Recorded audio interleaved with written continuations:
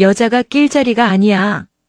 영하 40도 특전사 군부대 혹한기 날 대대장의 성희롱을 당한 3스타 여군이 자신을 무시하고 병사들을 소모품 취급하던 오만한 특전사 대대장을 개박살 내는 이야기입니다. 영상 시청하시기 이전에 구독과 좋아요 부탁드립니다. 저희에게 큰 힘이 됩니다. 강원도 평창군 대관령면 해발 1400m의 황병산은 대한민국 국군에게 허락된 가장 가혹한 영토였다. 1월의 황병산은 산이라기보다 거대한 냉동고에 가까웠다. 체감온도는 영하 40도 밑으로 곤두박질 쳤고 칼날 같은 선자령의 바람은 특전사 대원들의 방한복을 비웃듯 파고들어 살점을 도려내는 통증을 선사했다. 무릎까지 차오르는 눈밭 위로 검은 그림자 수백 개가 꿈틀거리고 있었다. 육군 특수전사령부 제707 특수임무단의 혹한기 전술훈련 4일차, 인간의 한계를 시험하는 지옥의 행군이었다. 대원들의 눈썹과 속눈썹은 내뱉은 숨결이 얼어붙어 하얗게 샜고 감각을 잃은 손가락은 방아쇠울에 걸쳐진 채 굳어가고 있었다. 그 행렬의 끝자락에서 의무병 박달재 일병은 피 섞인 침을 눈밭에 뱉었다. 그의 등에는 자신의 군장뿐만 아니라 탈진한 선임의 총기까지 얹혀 있었다. 박달재는 흐릿해지는 시야를 다잡으며 앞서 걷는 전우의 발자국만을 맹목적으로 쫓았다. 삼중대원들은 이미 사흘 밤낮을 제대로 자지 못했다. 규정상 휴식 시간이 있었지만 지휘부는 그 시간을 무시했다. 무전기 너머로는 쉴 새 없이 독촉이 쏟아졌다. 그때 앞서가던 김하사가 비틀거리더니 눈구덩이 속으로 고꾸라졌다. 박달재가 황급히 달려가 그의 어깨를 잡았다. 김하사의 얼굴은 핏기 하나 없이 창백했고 입술은 보라색을 넘어 검푸른 색을 띠고 있었다. 명백한 저체온증 쇼크였다. 박달재는 급히 배낭을 열어 핫팩을 꺼냈지만 보급받은 핫팩은 돌덩이처럼 차갑게 식어 있었다. 불량품이었다. 같은 시각 훈련장에서 불과 2km 떨어진 대대 지휘 통제소 텐트 안은 딴 세상이었다. 고성능 등유 난로 3대가 붉은 열기를 토해내고 있었고 바닥에는 푹신한 카펫이 깔려 냉기를 완벽하게 차단했다. 훈훈한 공기 속에는 간 내린 원두커피의 향긋한 냄새가 감돌았다. 그 안락한 성체의 주인 707특임단 대대장 장태산 중령은 최고급 야전 의자의 깊숙이 몸을 파묻은 채 대형 모니터를 응시하고 있었다. 그의 손에는 김이 모락모락 나는 머그잔이 들려 있었다. 화면 속 열화상 카메라에는 눈밭을 기어가는 병사들이 희미한 점으로 표시되고 있었다. 장태산은 미간을 찌푸리며 혀를 찼다. 이것들이 지금 훈련을 하러 온 거야, 소풍을 온 거야. 기동 속도가 왜 이 모양이야?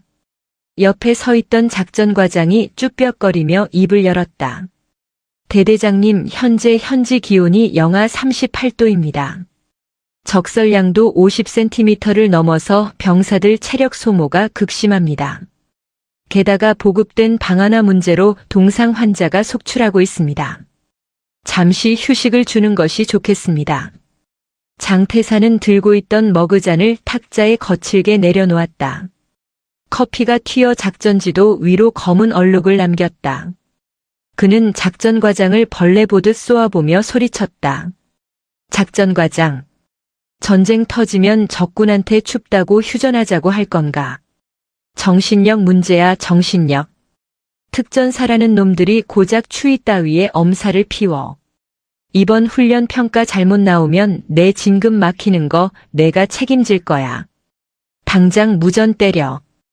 해지기 전까지 삼고지 점령 못하면 오늘 저녁 식사 추진은 없다고 전파해. 장태산에게 병사들은 생명을 가진 인간이 아니라 자신의 어깨에 무궁화 잎 하나를 더 얹기 위한 부속품에 불과했다. 작전과장은 입술을 깨물며 고개를 숙였고 무전기를 통해 잔인한 명령이 설원 위로 퍼져나갔다. 스피커를 타고 흘러나오는 장태산의 목소리에는 병사들에 대한 걱정은커녕 짜증과 오만함만이 가득했다. 정작 본인은 훈련 기간 내내 텐트 밖으로 코빼기도 비치지 않았으면서 밖에서 죽어가는 부하들에게는 초인적인 희생을 강요하고 있었다. 눈밭에 쓰러진 김하사를 부둥켜 안고 있던 박달재 일병은 무전기에서 흘러나오는 그 목소리를 들으며 주먹을 불끈 쥐었다. 훈련 5일차 아침 황병산의 날씨는 더욱 포악해졌다. 눈보라가 시야를 가려 1m 앞도 분간하기 힘든 화이트아웃 상황이었다. 장태사는 짜증스러운 표정으로 상황판을 두드리고 있었다. 그때 상황실 텐트의 입구 천막이 걷히며 찬 바람과 함께 낯선 인형이 들어왔다. 보고도 없이 불쑥 들어온 불청객에 장태산의 눈썹이 꿈틀거렸다. 들어온 사람은 두꺼운 구형 야전 상의에 벙거지 모자를 푹 눌러쓰고 안면 마스크로 얼굴을 완전히 가린 작은 체구의 인물이었다. 덩치 큰 특전사 대원들 틈에 있으니 마치 중학생 아이가 잘못 들어온 것처럼 왜소해 보였다. 뭐야? 넌 어느 부대 소속인데 보고도 없이 들어와? 장태산이 고압적으로 물었다. 인물은 천천히 마스크를 내렸다. 드러난 얼굴은 50대 초반으로 보이는 중년 여성이었다. 화장기 없는 얼굴이었지만 눈빛만은 서늘하게 살아있었다.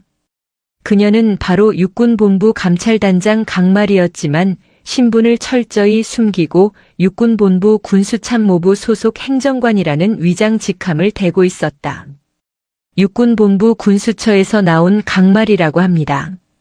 이번 혹한기 훈련 피복 및 장비 운용 실태 점검차 나왔습니다. 그녀의 목소리는 차분했지만 힘이 있었다. 하지만 장태산에게 그 목소리는 모기 소리처럼 거슬릴 뿐이었다. 장태산은 어이가 없다는 듯 헛웃음을 터뜨리며 의자에 등을 기댔다. 아, 위에서 말한 그 꼼꼼한 아줌마가 당신인가? 아니, 육보는 제정신이야. 이런 험한 곳에 여자를 보내다니. 그것도 훈련 다 끝나가는 마당에. 장태산은 자리에서 일어나지도 않고 경례도 생략한 채 그녀를 아래 위로 훑어보았다. 명백한 무시였다. 강마리는 그의 태도에 동요하지 않고 주머니에서 서류철을 꺼냈다. 협조 공문은 이미 발송된 것으로 압니다. 대대장님, 지금 병사들에게 지급된 방한 장비 리스트와 실제 불출 대장을 확인하고 싶습니다.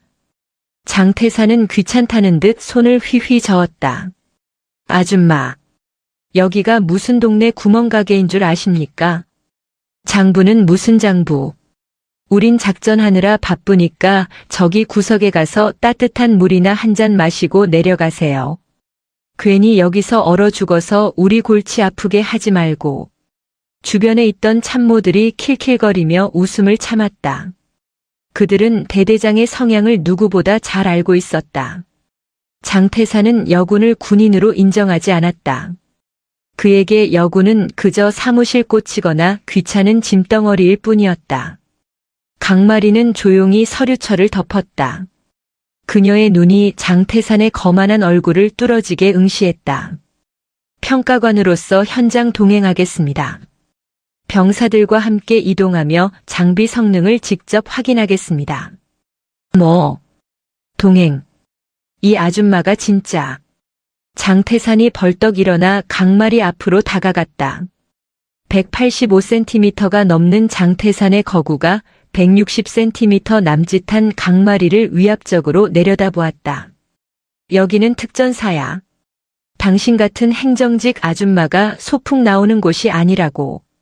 따라오다가 퍼지면 업고 내려갈 사람 없으니까 알아서 해. 정 가고 싶으면 저 뒤에 밥차나 타고 따라오던가. 장태산은 비웃음을 흘리며 텐트를 나갔다. 강마리는 아무 말 없이 군장을 고쳐맸다. 그녀의 군장은 병사들의 것과 똑같은 무게인 30kg이었다. 작전과장이 힐끔거리며 그녀를 쳐다보았지만 강마리는 망설임 없이 눈보라가 몰아치는 텐트 밖으로 발걸음을 옮겼다. 그녀가 합류한 곳은 가장 험난하기로 소문난 삼중대 훔이었다. 박달재 일병은 자기 몸만 한 군장을 메고 대열에 합류하는 작은 체구의 여성을 보며 의아해했다. 하지만 곧 그녀의 걸음걸이를 보고 눈을 의심했다. 무릎까지 빠지는 설사면을 걷는데도 그녀의 상체는 전혀 흔들림이 없었다. 미끄러운 빙판길에서도 아이젠이 박히는 정확한 위치를 짚어내는 발놀림은 수십 년간 산을 타온 10만이나 베테랑 산악인 같았다. 장태사는 지휘 차량 안에서 그 모습을 보며 코웃음을 쳤다. 독한 아줌마네. 얼마나 버티나 보자. 날이 저물고 기온은 더 떨어졌다. 야영지에 도착한 병사들은 꽁꽁 언 손으로 텐트를 치느라 악전고투하고 있었다. 장태사는 병사들의 사기를 진작한다는 명목으로 간부들을 모아놓고 술판을 벌일 준비를 했다. 지휘소 텐트 안에서는 삼겹살 굽는 냄새가 진동했다. 반면 병사들에게는 꽁꽁 언 전투 식량 하나가 던져졌을 뿐이었다. 강마리는 병사들과 함께 텐트 치는 것을 도운 뒤 한쪽에 쭈그리고 앉아 딱딱한 주먹밥을 씹고 있었다. 그때 술기운이 오른 장태산이 텐트 밖으로 나왔다. 그는 병사들 틈에 섞여 있는 강마리를 발견하고는 큰 소리로 불렀다. 어이 강평가관. 거기서 궁상 떨지 말고 이리 와 보시지. 강마리가 천천히 일어나 다가가자 장태산은 비틀거리며 그녀의 어깨에 손을 올리려 했다. 강마리가 살짝 몸을 틀어 피하자 장태산의 표정이 일그러졌다. 비싼 척하기는. 야, 솔직히 말해봐. 나이 먹고 갈 데 없어서 군대 말뚝 박은 거 아니야. 육본에서 서류나 만지작거리니까 현장이 우습지. 아까 보니까 걷는 건 좀 하더만. 혹시 옛날에 짐꾼 했었나? 주변에 있던 중대장들이 대대장의 농담에 억지 웃음을 터뜨렸다. 병사들이 힐끔힐끔 쳐다보는 것이 느껴졌다. 장태사는 멈추지 않고 더 수위 높은 모욕을 이어갔다. 여자가 이렇게 뻣뻣해서 어디다 써먹나? 남편은 있어. 없을 거야. 그 성격에 누가 데려가겠어. 오늘같이 추운 날은 오빠들이랑 따뜻한 데서 술이나 한 잔 따르면서 몸 녹이는 게 최고인데 말이야. 안 그래. 그것은 명백한 성희롱이자 군인으로서의 명예를 짓밟는 발언이었다. 강마리의 주먹이 하얗게 질릴 정도로 꽉 쥐어졌다. 하지만 그녀는 아직 때가 아님을 알기에 입술을 깨물며 참아냈다. 말씀 삼가십시오, 대대장님. 저는 공무 수행 중입니다. 공무 수행. 웃기고 있네. 야, 너네 이 아줌마가 평가관이래. 우리 훈련 점수 깎으러 온 저승사자라는데 꼴을 좀 봐라. 이게 군인이냐? 그냥 동네 반상회 나온 아줌마지. 장태사는 낄낄거리며 강마리의 방한모를 툭 쳤다. 박달재 일병은 텐트 뒤에서 이 광경을 지켜보며 분노로 몸을 떨었다. 하지만 일개 병사가 대대장에게 대들 수는 없는 노릇이었다. 그때였다. 장태산이 비틀거리며 텐트로 들어가 버리고 강마리가 홀로 남아 눈에 젖은 군복을 털어내고 있을 때 박달재가 조심스럽게 그녀에게 다가갔다. 저기, 괜찮으십니까? 강마리는 고개를 들어 박달재를 바라보았다. 모욕을 당한 사람의 눈빛이라고는 믿기지 않을 만큼 차분하고 깊은 눈이었다. 난 괜찮다. 그런데 병사 자네 이름이 뭔가? 일병 박달재입니다. 의무병입니다. 강마리의 시선이 박달재의 손에 들린 낡은 구급낭에 머물렀다. 그리고 텐트 구석에 쌓여있는 지급되지 않은 신형 방한 장비 박스들을 곁눈질로 확인했다. 그녀는 낮 동안 행군하며 병사들의 장비 상태를 꼼꼼히 체크했었다. 서류상으로는 지급 완료된 고가의 고어텍스 장갑과 발열 조끼가 병사들에게는 없었다. 대신 그들은 10년도 더 된 낡은 스키 파카를 입고 있었다. 그 차액이 어디로 흘러갔을지는 불보듯 뻔했다. 박일병. 많이 힘들지. 동료들 상태는 어떤가? 그 따뜻한 한마디에 박달재의 눈시울이 붉어졌다. 다들 죽지 못해 버티고 있습니다. 대대장님은 저희를 사람이 아니라 소모품으로 생각하십니다. 약도 없고 장비도 없습니다. 이대로 가다간 내일 산악행군에서 분명 사고가 터질 겁니다. 박달재는 주위를 살피더니 품 안에서 꼬깃꼬깃한 수첩 하나와 USB 메모리를 꺼냈다. 이거 제가 의무실에서 근무하면서 기록한 진료 일지와 대대장님이 보급관님이랑 나누는 대화를 몰래 녹음한 겁니다. 원래는 헌병대에 찌르려고 했는데 무서워서 못했습니다. 그런데 평가관님은 뭔가 다르신 것 같아서 제발 저희 좀 살려주십시오. 강마리는 박달재의 떨리는 손을 두 손으로 꼭 감싸 쥐었다. 거친 굳은 살이 박인 그녀의 손은 따뜻했다. 용기 내줘서 고맙다. 박일병. 내가 전우들을 살린 거야. 강마리는 건네받은 증거물을 가슴 주머니 깊숙이 넣었다. 어둠 속에서 그녀의 눈빛이 매섭게 빛났다. 더 이상의 관찰은 끝났다. 그녀는 밤하늘을 올려다보았다. 내일이면 사단장과 군단장이 참관하러 오는 날이었다. 장태산이 그토록 보여주고 싶어하는 쇼의 하이라이트. 강마리는 그 무대를 자신의 방식대로 뒤집어 엎을 준비를 마쳤다. 그녀가 밟고 있는 황병산의 눈보다 더 차가운 심판이 기다리고 있었다. 황병산의 밤은 살아있는 생명체에게는 재앙이나 다름없었다. 자정을 넘기자 기온은 영하 45도까지 곤두박질 쳤고 산맥을 타고 넘어오는 칼바람은 텐트의 뼈대를 부러뜨릴 듯 흉포하게 울부짖었다. 병사들은 얇은 침낭 속에 몸을 구겨 넣은 채 서로의 체온에 의지의 쪽잠을 청하고 있었다. 꽁꽁 언 전투화 끈을 풀 힘조차 남아있지 않아 신발을 신은 채 잠든 대원들이 태반이었다. 하지만 그 시각 모든 병사가 잠든 것은 아니었다. 강마리는 어둠 속에서 눈을 떴다. 그녀의 눈동자는 칠흑 같은 어둠 속에서도 형형하게 빛나고 있었다. 옆자리에서 코를 골며 자고 있는 행정병들의 규칙적인 숨소리를 확인한 그녀는 소리 없이 침낭 지퍼를 내렸다. 마치 사냥을 나서는 맹수처럼 기척 하나 없는 움직임이었다. 그녀는 품 안에서 소형 손전등 하나를 꺼내 입에 물고 텐트 입구의 틈새로 미끄러지듯 빠져나갔다. 밖은 말 그대로 겨울 지옥이었다. 보안등 하나 켜지지 않은 야영지는 정막에 잠겨 있었고 멀리서 불침번 근무자들의 발자국 소리만이 눈밭을 밟으며 간헐적으로 들려왔다. 강마리는 야영지 외곽, 지휘소 텐트 뒤편으로 은밀하게 이동했다. 그녀의 목표는 장태산 대대장이 병사들의 접근을 엄격히 통제했던 국방색 위장막으로 덮인 2.5톤 60 트럭이었다.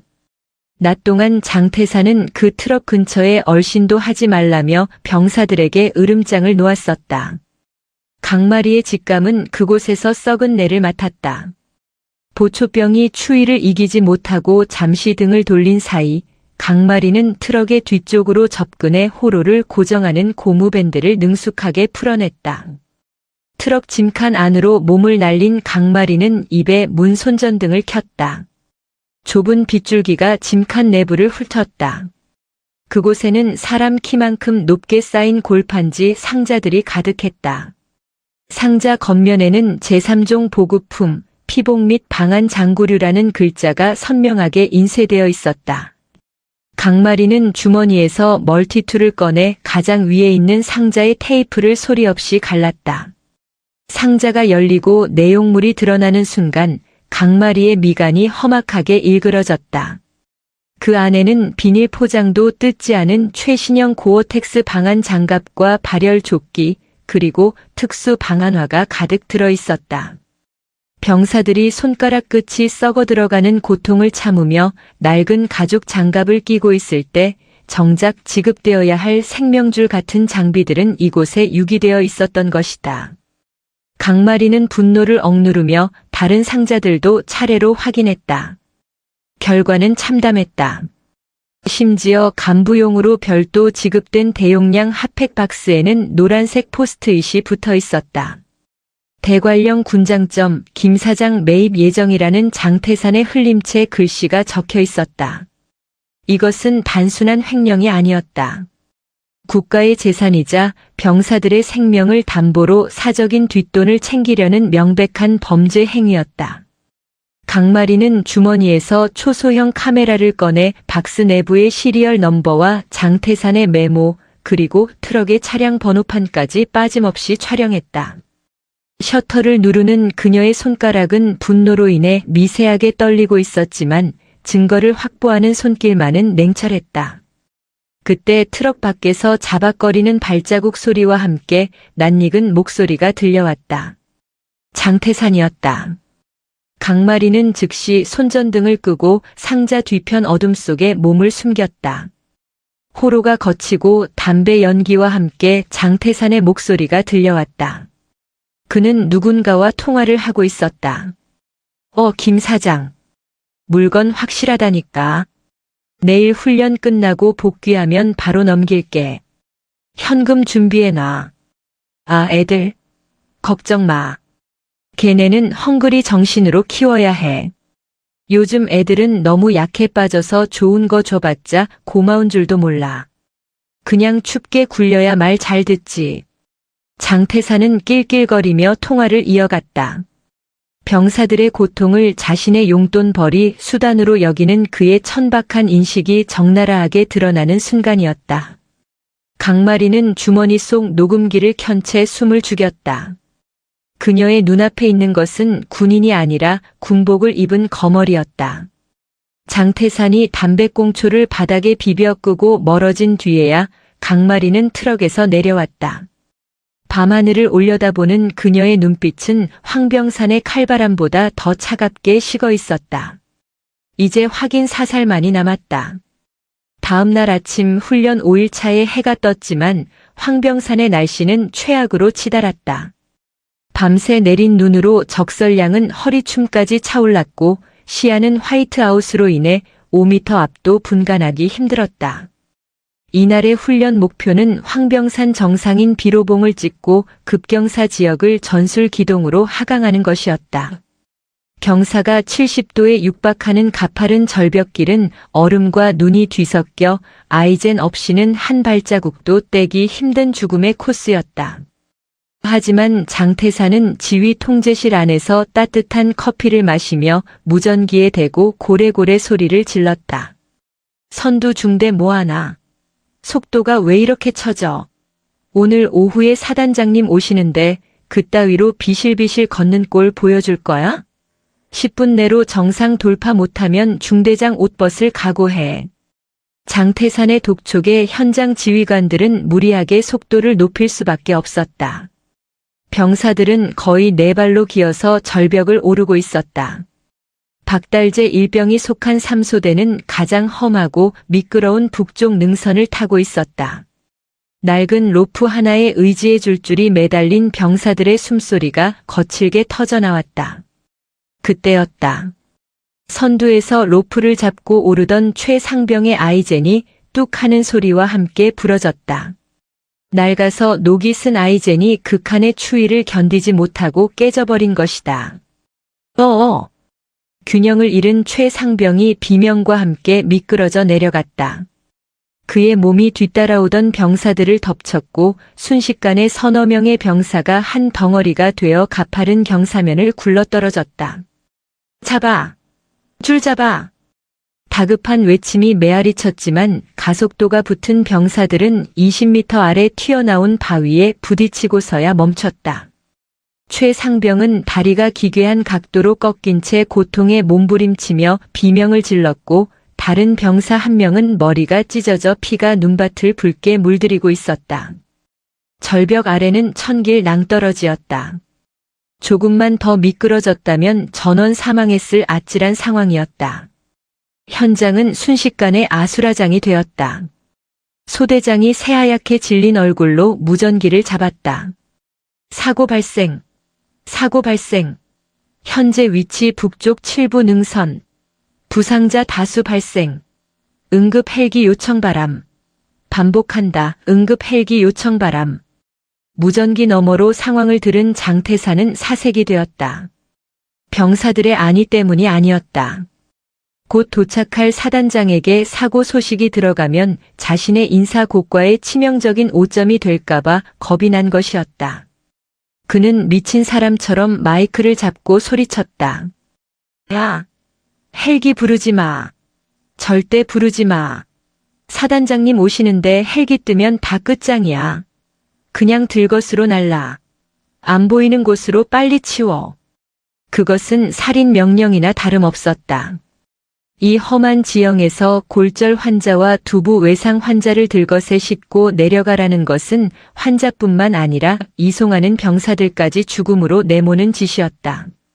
현장에 있던 소대장과 간부들이 어쩔 줄 몰라 발만 동동 구르고 있을 때 대열 후미에 있던 강마리가 눈보라를 뚫고 튀어나갔다. 그녀의 움직임은 전광석화 같았다. 비켜. 의무병 따라와. 강마리는 망설임 없이 경사면을 미끄러져 내려갔다. 그녀는 고통스러워하는 최상병의 상태를 빠르게 스캔했다. 개방성 골절이었다. 부러진 뼈가 살을 뚫고 나와 피가 솟구치고 있었다. 강마리는 입고 있던 야전 상의를 벗어 찢은 뒤 지혈대를 만들었다. 박일병. 부목돼. 그리고 너는 머리 지혈해. 강마리의 호령은 현장의 지휘관인 소대장의 명령보다 더 위압적이고 정확했다. 그녀는 주변의 나뭇가지를 꺾어 능숙하게 부목을 만들고 자신의 군장에 있던 예비용 삼각건으로 환자의 다리를 고정했다. 그녀의 손놀림에는 한치의 망설임도 없었다. 그것은 교과서에서 배운 지식이 아니라 수십 년간 전장을 누비며 체득한 실전 기술이었다. 지혈을 마친 강마리는 소대장을 노려보며 소리쳤다. 이 상태로 들것 이송은 불가능하다. 즉시 헬기 요청해. 책임은 내가 진다. 하지만 대대장님이. 사람 목숨이 먼저야 이 새끼야. 무전기 내놔. 강마리는 소대장의 무전기를 낚아채 직접 항공대 호출 주파수를 맞췄다. 지휘소에서 드론으로 이 광경을 지켜보던 장태사는 길길이 날뛰었다. 저 여자가 진짜 미쳤나? 감히 누구 허락을 받고 무전기를 잡아. 야, 헌병대 불러. 당장 끌어내려. 하지만 강마리는 이미 구조 헬기 요청을 완료한 상태였다. 그녀는 피 묻은 손으로 땀을 닦아내며 공포에 질린 병사들의 어깨를 하나하나 두드려 주었다. 걱정 마라. 아무도 안 죽는다. 내가 그렇게 안 둬. 그 순간 병사들은 보았다. 자신들이 무시했던 행정반 아줌마의 등에서 거대한 산과 같은 든든함을. 박달재 일병은 덜덜 떨리는 손으로 최상병의 링거줄을 잡으며 그녀가 단순한 평가관이 아님을 확신했다. 그녀는 진짜 군인이었다. 헬기가 부상자들을 싣고 떠난 뒤 훈련장은 초상집 같은 분위기에 휩싸였다. 장태사는 대노했다. 그는 헬기 요청을 한 것이 강마리라는 사실을 알고는 그녀를 죽일 듯이 노려보며 이를 갈았다. 하지만 내일 당장 사단장의 방문이 예정되어 있어 당장 그녀를 쫓아내지는 못했다. 대신 그는 모든 병사에게 완전 군장 연병장 집합을 명령했다. 정신들이 썩어 빠져서 사고나 치고 말이야. 오늘 사고 친 3소대 그리고 그 옆에 있던 놈들 전원 군장 돌려. 다 너희가 빠져서 그런 거야. 영하 40도의 추위 속에서 지친 병사들은 연병장을 돌고 또 돌았다. 장태사는 따뜻한 지휘소 안에서 창문 너머로 그 모습을 보며 캔맥주를 따고 있었다. 강마리는 연병장 구석에서 묵묵히 그 광경을 지켜보고 있었다. 그녀의 주먹은 하얗게 질려 있었다. 지금 당장이라도 뛰어들어가 장태산의 멱살을 잡고 싶었지만 그녀는 더 큰 정의를 위해 인내해야만 했다. 내일 사단장이 오는 그 순간 장태산이 가장 높이 올라갔다고 착각하는 그 순간에 그를 바닥으로 끌어내리기 위해서였다. 밤이 깊어지고 얼차려가 끝난 뒤 병사들은 파김치가 되어 텐트로 돌아왔다. 분위기는 흉흉했다. 억울함과 분노가 임계점까지 차올라 있었다. 박달재 일병은 잠을 이루지 못했다. 낮에 강마리가 보여준 그 압도적인 모습과 병사들을 살리기 위해 계급 높은 소대장의 무전기를 뺏어들던 그 결기가 머릿속에서 떠나지 않았다. 그는 결심을 굳혔다. 모두가 잠든 새벽 3시, 박달재는 품 안에 무언가를 숨긴 채 조심스럽게 강마리의 텐트 근처로 다가갔다. 강마리는 텐트 밖간이 의자에 앉아 지도를 보고 있었다. 마치 그가 올 것을 알고 있었다는 듯 그녀는 고개를 들어 박달재를 바라보았다. 잠이 안 오나 보군, 박일병. 평가관님. 박달재는 주위를 두리번거리더니 떨리는 목소리로 입을 열었다. 낮에. 정말 감사했습니다. 평가관님 아니었으면 최 상병은 죽었을 겁니다. 당연한 일을 했을 뿐이다. 군인은 국민과 전우를 지키는 게 존재 이유니까. 그 덤덤한 말에 박달재의 눈시울이 붉어졌다. 그는 품 안에서 낡은 수첩 하나와 검은색 USB 메모리를 꺼내 강마리에게 내밀었다. 이거 받아주십시오. 강마리는 말없이 그것을 받아들었다. 제가 의무병으로 있으면서 기록한 것들입니다. 대대장님이 허위로 작성하게 시킨 의무기록부 원본 사진, 그리고 보급관님이랑 나누는 뒷돈 거래 대화 녹음 파일. 다 들어있습니다. 원래는 전역하고 신고하려고 했는데 그러면 너무 늦을 것 같습니다. 우리 부대원들 다 죽습니다. 박달재의 눈에서 굵은 눈물이 떨어졌다. 그는 두려움에 떨고 있었다. 내부 고발자가 겪어야 할 고초를 그도 알고 있었기 때문이다. 하지만 전우들을 살려야 한다는 사명감이 두려움을 이겼다. 강마리는 자리에서 일어나 박달재의 어깨를 단단히 잡았다. 박달재 일병. 고개 들어. 그녀의 목소리는 엄격하지만 따뜻했다. 너는 비겁자가 아니다. 너야말로 가장 용기 있는 군인이다. 이 증거들 내 군 생활을 걸고 헛되게 하지 않으마. 약속한다. 강마리의 눈빛에서 느껴지는 확신에 박달재는 비로소 안도의 한숨을 내쉬었다. 내일이면 모든 게 바뀔 거다. 가서 푹 자라. 내일은 아주 긴 하루가 될 테니까. 박달재가 돌아간 뒤 강마리는 손에 쥔 USB를 꽉 쥐었다. 이제 모든 퍼즐 조각이 맞춰졌다. 그녀가 직접 촬영한 횡령 현장, 그리고 박달재가 건넨 결정적인 내부 증거들. 이 모든 것은 내일 아침 장태산의 목을 겨누는 날카로운 칼날이 될 것이었다. 황병산의 밤바람은 여전히 매서웠지만 강마리는 더 이상 춥지 않았다. 그녀의 가슴 속에서 타오르는 정의감이 그 어느 때보다 뜨겁게 불타오르고 있었기 때문이다. 폭풍 전야의 고요함 속에서 그녀는 다가올 아침을, 그리고 장태산의 파멸을 조용히 기다리고 있었다. 결전의 날이 밝았다. 황병산의 아침은 여느 때보다 시리고 투명했다. 밤새 휘몰아치던 눈보라가 거짓말처럼 잦아들고 구름 한 점 없는 파란 하늘이 드러났다. 그 고요함은 마치 폭풍이 몰아치기 직전의 숨죽임 같았다. 장태산 대대장은 새벽부터 부산을 떨었다. 오늘은 육군 특수전 사령관과 군단장이 직접 훈련을 참관하러 오는 날이었다.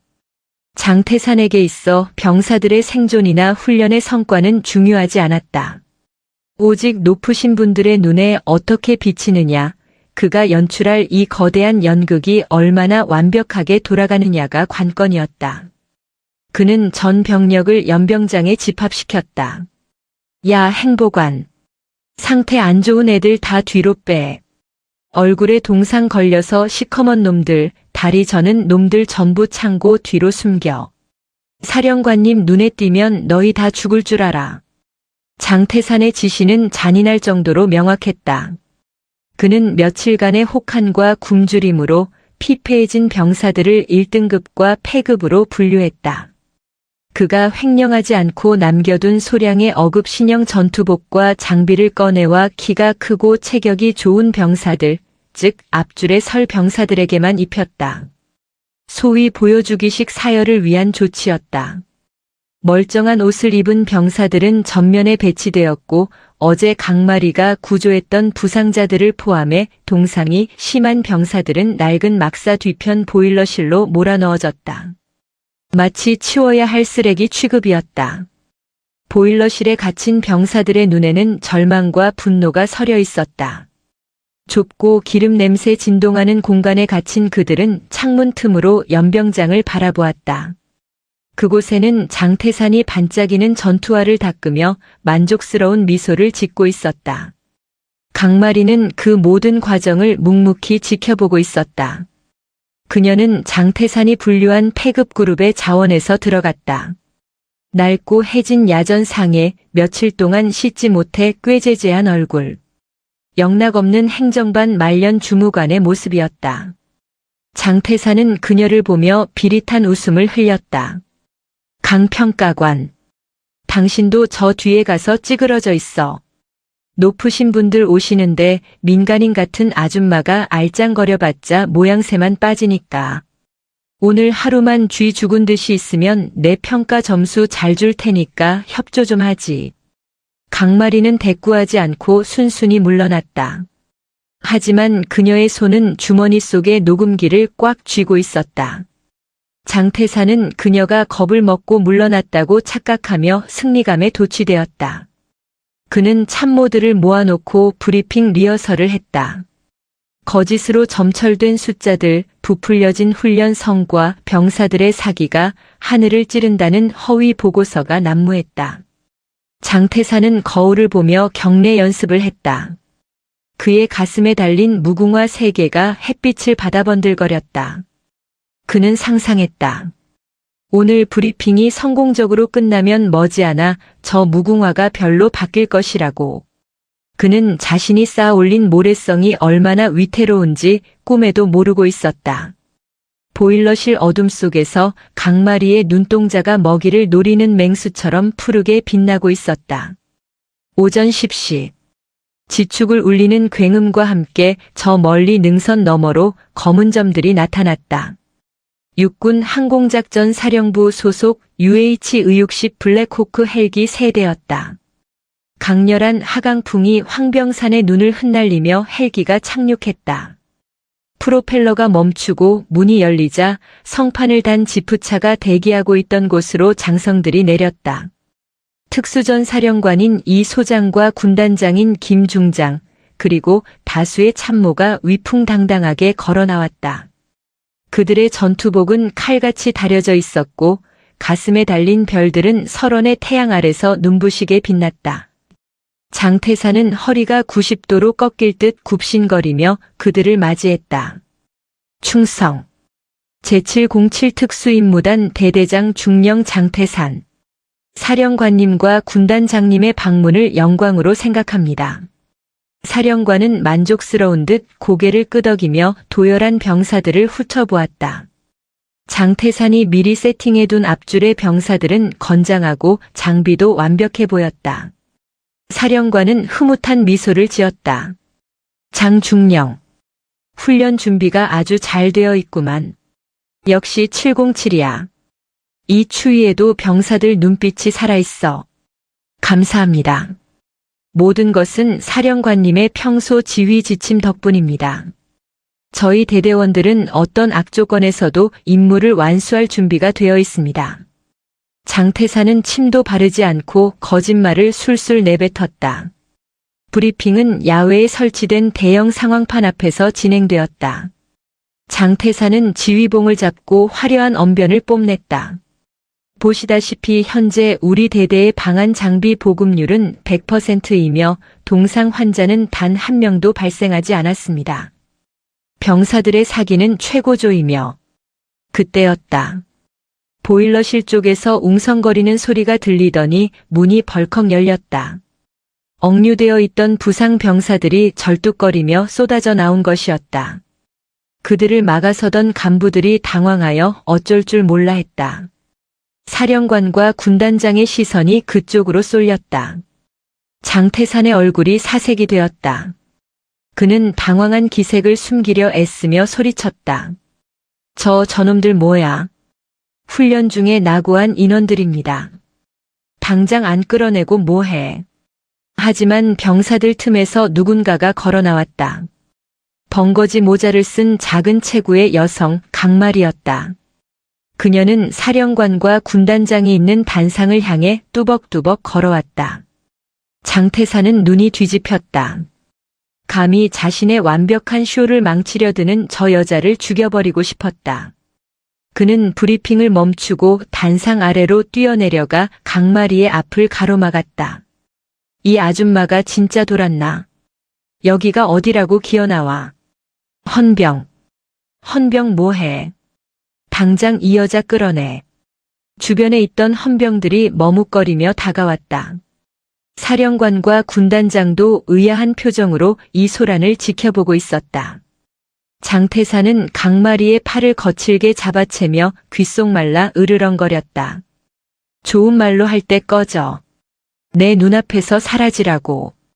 너 같은 게 감히 내 앞길을 막아. 나중에 쥐도 새도 모르게 매장당하고 싶어. 강마리는 장태산의 손을 뿌리치지 않았다. 대신 그녀는 고개를 들어 장태산을 똑바로 쳐다보았다. 그 눈빛에는 더 이상 숨길 필요 없는 경멸과 분노가 이글거리고 있었다. 장태산 중령. 그 더러운 손 치워라. 뭐? 너 지금 뭐라고 했어? 이 미친 여편네가. 장태산이 손을 들어 올리려는 순간 강마리의 목소리가 훈련장에 쩌렁쩌렁하게 울려 퍼졌다. 보고 똑바로 해라. 동상 환자가 0명이라고. 보급률이 100%라고. 내 눈에는 저 뒤에 피 흘리는 병사들이 안 보이나. 장태산은 이성을 잃었다. 사령관 앞에서 자신에게 훈계하는 이 하찮은 행정관을 용서할 수 없었다. 그는 헌병들에게 고래고래 소리를 질렀다. 당장 끌어내라고. 뭐 하는 거야? 헌병들이 강마리의 양팔을 잡으려는 찰나였다. 시간이 멈춘 듯 했다. 강마리는 자신을 잡으려는 헌병들의 손길을 가볍게 제압하고 한 발짝 앞으로 나섰다. 그리고 천천히, 아주 천천히 입고 있던 낡고 더러운 구형 야전 상의의 지퍼를 내리기 시작했다. 지직거리는 소리가 유난히 크게 들렸다. 장태산은 숨을 헐떡이며 그녀를 노려보고 있었고 사령관과 군단장은 미간을 찌푸리며 이 기이한 상황을 주시하고 있었다. 야전 상의가 양옆으로 젖혀졌다. 그 안에는 정갈하게 다려진 어급 전투복이 입혀져 있었다. 그리고 오른쪽 가슴 명찰 위 벨크로에 붙어있는 계급장이 햇빛을 받아 번쩍였다. 은색도 금색도 아니었다. 그것은 검은색 바탕에 수놓인 3개의 별이었다. 3스타. 육군 중장. 순간 훈련장에는 찬물을 끼얹은 듯한 정적이 흘렀다. 바람 소리마저 멈춘 것 같았다. 장태산의 동공이 지진이 난 듯 흔들렸다. 그는 자신의 눈을 의심했다. 헛것을 보고 있는 게 분명했다. 저 꼬질꼬질한 아줌마가 자신이 며칠 내내 무시하고 조롱했던 저 여자가 별 3개라니. 하지만 상황을 가장 먼저 파악한 것은 단상 위에 있던 특수전 사령관이었다. 그는 사색이 되어 단상에서 뛰어내려오더니 강마리 앞에 부동자세로 섰다. 그리고 우렁찬 목소리로 구호를 외쳤다. 충성. 뒤이어 군단장 김 중장도 황급히 달려와 거수 경례를 올렸다. 충성. 육군본부 감찰단장님의 방문을 환영합니다. 사령관과 군단장 별 2개와 3개가 그녀에게 경례하고 있었다. 그제야 장태산의 뇌가 현실을 자각하기 시작했다. 다리에 힘이 풀렸다. 무릎이 제멋대로 꺾였다. 그는 털썩 소리를 내며 눈밭에 주저앉았다. 입이 떡 벌어져 다물어지지 않았다. 강마리는 사령관들의 경례를 받지 않았다.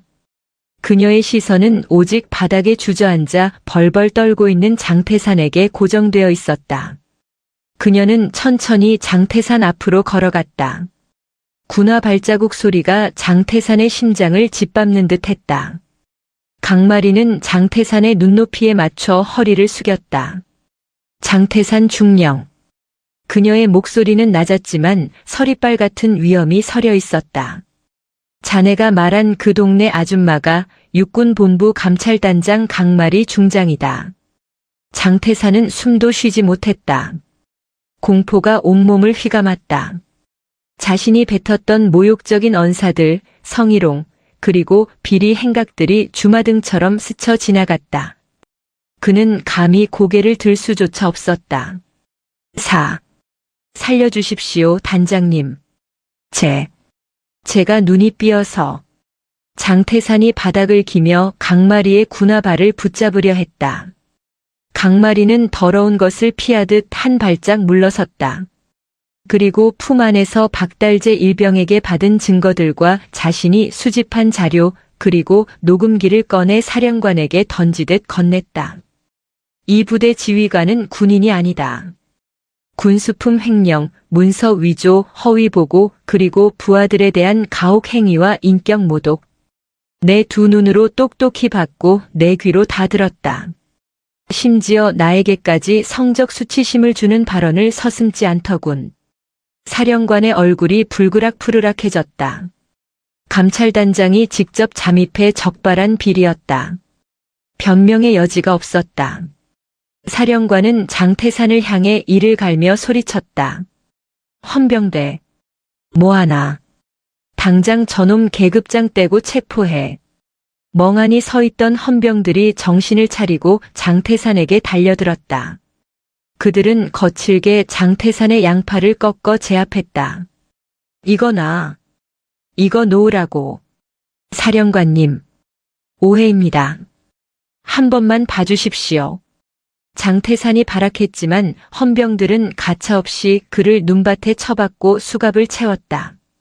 강마리는 그 모습을 차갑게 내려다보다가 뒤에 서 있는 병사들을 향해 시선을 돌렸다.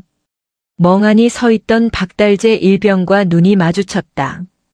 강마리의 입가에 처음으로 옅은 미소가 번졌다.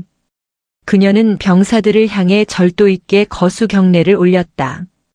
고생했다, 특전사 대원들. 너희들이야말로 진짜 군인이다. 병사들은 울컥했다. 그동안의 서름이 씻겨 내려가는 듯 했다. 그들은 누가 먼저랄 것도 없이 목이 터져라 외쳤다. 충성. 황병산의 하늘 아래 병사들의 함성이 메아리 쳤다. 끌려가는 장태산의 비명은 그 함성에 묻혀 흔적조차 남지 않았다. 진정한 별이 떴고 어둠은 물러갔다. 장태산 중령이 헌병들에게 질질 끌려나간 직후 훈련장은 거대한 수술실로 변모했다. 썩은 부위를 도려내는 대수술이 시작된 것이다. 강마리 중장은 특수전 사령관과 군단장의 양해를 구하고 즉각적인 현장 감찰 본부를 설치했다. 장소는 장태산이 그토록 아꼈던 따뜻한 지휘 통제실이었다. 조금 전까지 장태산이 앉아 커피를 마시던 최고급 야전 의자에는 이제 강마리가 앉아 있었고 그 앞에는 수갑을 찬 장태산이 무릎을 꿇려 있었다. 헌병들이 지키고 선 텐트 안은 난로가 돌아가고 있었지만 공기는 바깥의 영하 40도 추위보다 더 차갑게 얼어붙어 있었다. 사령관과 군단장은 배석하여 침통한 표정으로 이 과정을 지켜보았다. 믿었던 부하의 배신에 대한 분노가 그들의 얼굴에 역력했다. 강마리는 책상 위에 놓인 녹음기와 USB, 그리고 장태산의 비밀 장부를 펼쳤다. 장태산은 고개를 푹 숙인 채 덜덜 떨고 있었다. 그의 어깨에 달려있던 중령 계급장은 이미 헌병들에 의해 떼어지고 없었다. 장태산, 내가 군인인가? 강마리의 목소리는 나직했지만 폐부를 찌르는 듯 했다. 장태산은 억울하다는 듯 고개를 번쩍 들었다. 단장님, 정말 오해입니다. 저는 부대를 위해. 그래요, 융통성을 발휘한 것뿐입니다. 남는 물자를 처분해서 부대 운영비로 쓰려고 했던 겁니다. 제 사리 사욕을 채우려던 게 아닙니다. 끝까지 거짓말이었다. 강마리는 헛웃음을 터뜨리며 녹음기를 재생했다. 스피커를 통해 김 사장과 나누던 장태산의 목소리가 적나라하게 흘러나왔다. 애들은 춥게 굴려야 정신 차린다. 현금 준비해라. 이번 건 한탕 크게 챙기자. 변명의 여지가 없는 명백한 증거였다. 듣고 있던 특수전 사령관이 참지 못하고 자리를 박차고 일어나 장태산의 조인트를 걷어찼다.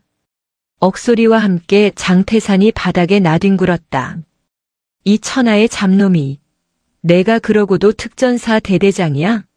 내 얼굴에 먹칠을 해도 유분수지. 강마리는 흥분한 사령관을 진정시키고 다시 장태산에게 시선을 돌렸다. 융통성? 내가 그 더러운 융통성을 발휘하는 동안 내 부하들은 동상으로 발가락을 자를 뻔했고 영양실조에 시달렸다. 내가 팔아먹으려던 그 장비들은 병사들의 생명줄이었다. 이건 횡령이 아니라 살인미수다. 그제야 장태산은 사태의 심각성을 깨닫고 바닥에 머리를 찌으며 울부짖었다. 잘못했습니다. 한 번만 용서해 주십시오. 제가 귀신에 씌었었나 봅니다. 제발 군복만은 벗지 않게 해주십시오. 처자식이 있습니다. 내 처자식은 소중하고 남의 집 귀한 아들들은 쓰다 버리는 부속품인가? 감성팔이 하지 마라. 역겹다. 강마리는 즉시 헌병 수사관들에게 지시를 내렸다. 지금 즉시 장태산의 관사와 개인 차량을 압수수색해라.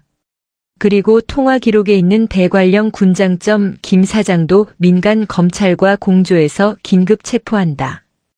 이놈과 결탁한 행보관, 군수과장, 작전과장 전부 잡아들여 뿌리까지 뽑는다. 명령은 신속하게 집행되었다. 훈련장 한쪽에서는 줄줄이 엮인 간부들이 수갑을 차고 헌병 차량에 태워졌다. 그들은 서로 내 탓이라며 고성을 지르고 삿대질을 해댔다. 추악한 이전투구였다. 그 모습을 연병장에 모인 병사들이 지켜보고 있었다. 그들의 눈에는 두려움이 아닌 통쾌함과 정의가 실현되는 것을 목격한 자의 경외심이 서려 있었다. 강마리는 마지막으로 헌병들에게 끌려가는 장태산을 향해 싸늘하게 쏘아붙였다.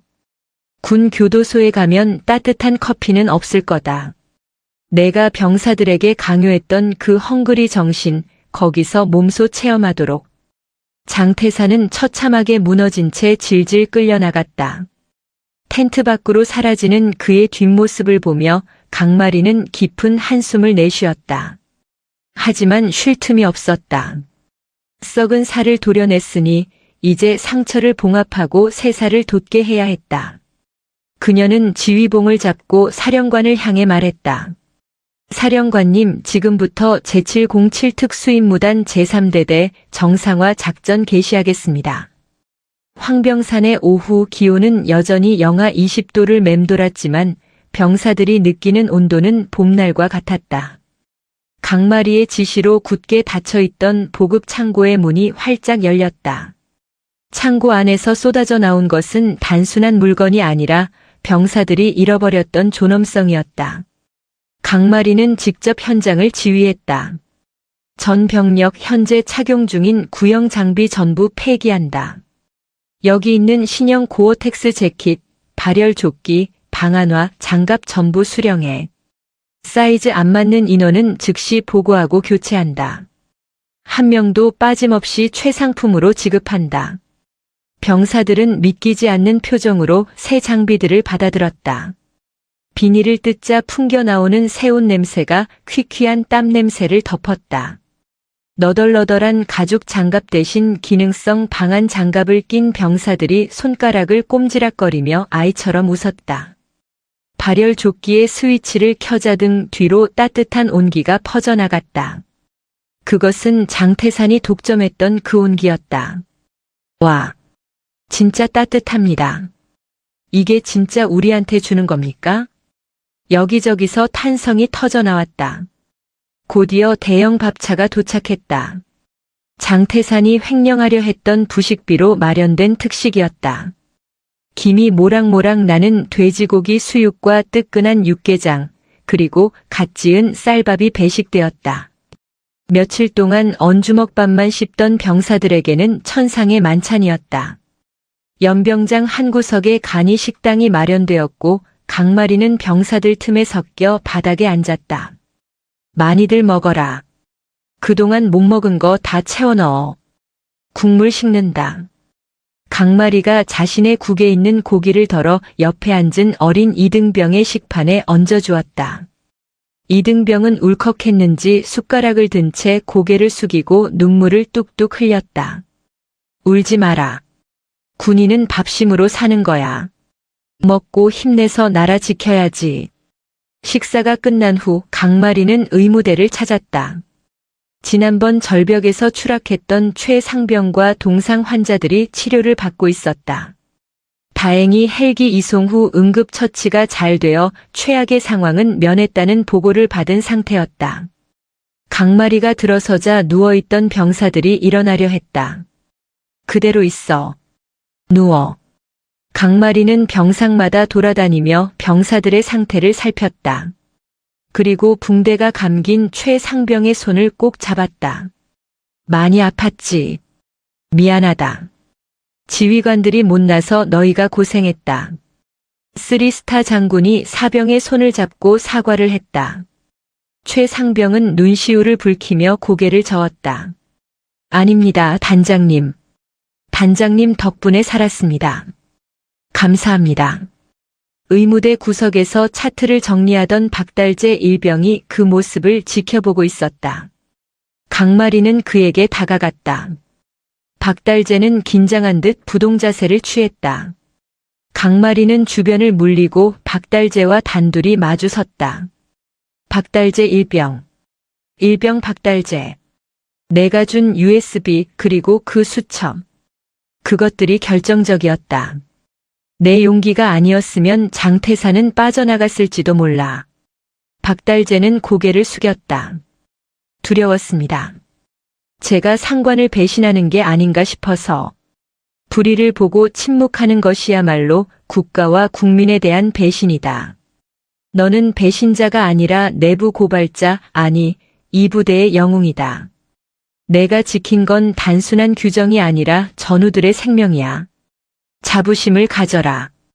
강마리는 자신의 가슴 주머니에서 무언가를 꺼냈다. 그것은 그녀가 평소 아끼던 육군본부 감찰단 마크가 새겨진 만년필이었다. 이건 내 개인적인 선물이다. 훌륭한 의사가 되겠다는 꿈 군대에서 꺾이지 말고 꼭 이뤄라. 내가 응원하마. 만년필을 받아든 박달재의 손이 떨렸다. 차가운 금속성이 아닌 사람의 체온이 느껴지는 선물이었다. 텐트 밖으로 나오자 황병산의 해가 저물고 있었다. 하지만 더 이상 그 노을은 서럽지 않았다. 붉게 물든 설원은 따뜻하게 빛나고 있었고 굴뚝에서는 밥 짓는 연기가, 막사에서는 병사들의 웃음소리가 피어올랐다. 얼어붙었던 지옥이 비로소 사람이 사는 부대로 녹아내리고 있었다. 일주일 후 부대 정상화 작업을 모두 마친 강마리가 떠나는 날이 되었다. 그녀는 임시로 맡았던 지휘권을 새로 부임한 대대장에게 인계했다. 새 대대장은 덕망 높고 실력 있는 인물로 선발되었다. 황병산의 날씨도 그녀의 마지막을 배웅하듯 바람 한 점 없이 맑았다.